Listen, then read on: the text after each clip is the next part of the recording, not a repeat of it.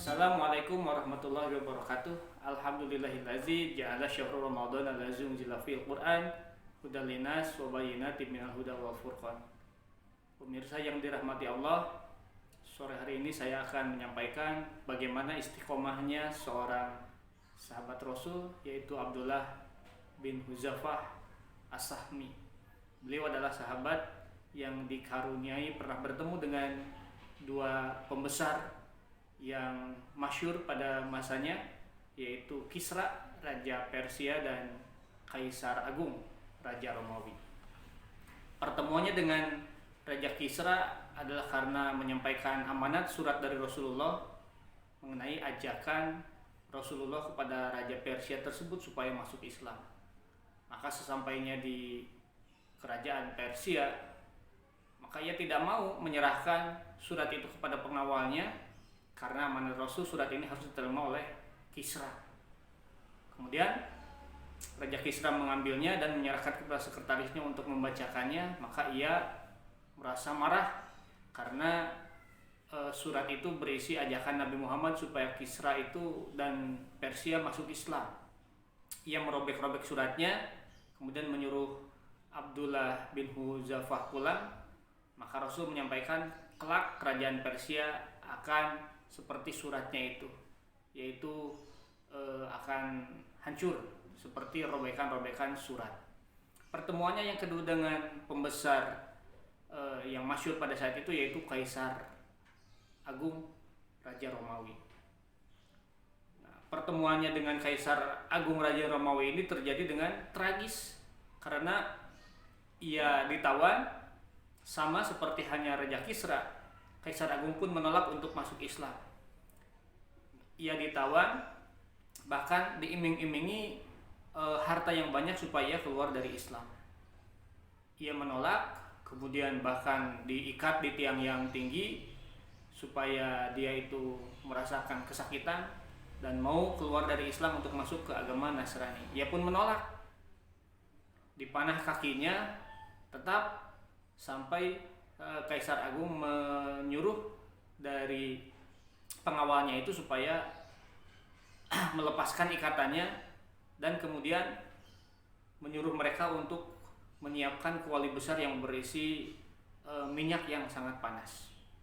Maka diambillah salah satu tawanan muslim yang lain, dimasukkan ke dalam minyak yang panas itu sampai dagingnya itu hancur karena minyak yang panas, supaya membuat Abdullah bin Hudzafah ini takut. Tapi ternyata tidak ada ketakutan dalam diri Abdullah bin Hudzafah, sampai ketika ia akan dimasukkan ke dalam kuali yang berisi minyak yang sangat panas itu, tiba-tiba ia menangis. Para tentara yang membawanya mengira Abdullah bin Hudzafah ini menangis karena ketakutan. Maka ketika ditanya, "Mengapa kamu menangis?" ia berkata, "Sesungguhnya aku mencita-citakan mati di medan pertempuran, tetapi saat ini aku harus mati konyol di dalam minyak yang panas." Maka kemudian dalam hati Kaisar Agung ini merasa bahwa ini bukan prajurit sembarangan, memiliki tekad yang kuat dan keteguhan hati. Kemudian Kaisar Agung berkata bahwa jika kamu mau mencium kepalaku, maka aku akan membebaskanmu beserta seluruh tawanan muslim. Dalam hati Abdullah bin Hudzafah sebetulnya ia tidak menginginkan, tidak berkehendak untuk mengikuti apa yang dikatakan dari Kaisar Agung, tetapi demi bebasnya tawanan muslim saat itu, maka ia pun mencium kepala dari Kaisar Agung sehingga ia dibebaskan beserta seluruh tawanan muslim.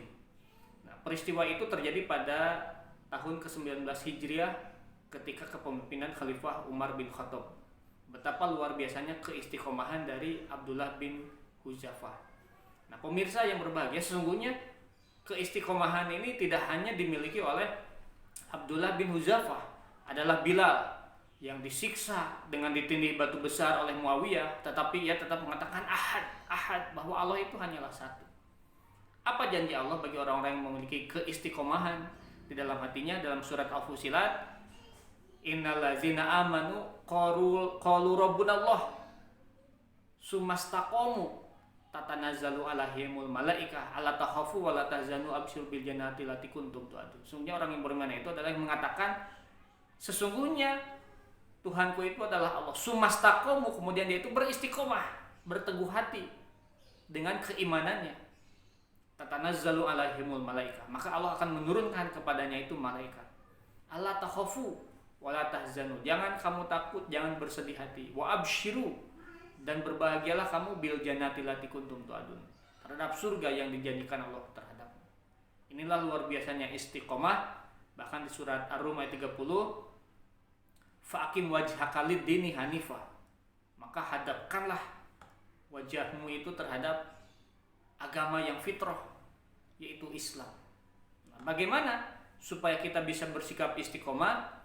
Tentu jalannya itu adalah salah satunya dengan senantiasa dekat dengan Al-Quran, membaca Al-Quran, perbanyak berzikir, kemudian banyak bertafakur tentang keagungan-keagungan Allah, supaya menanamkan keistiqomahan di dalam hati kita. Luar biasa, dari istiqomah itu Allah menjanjikan surga. Wabsyiru bil jannati lati kuntum tu'adun.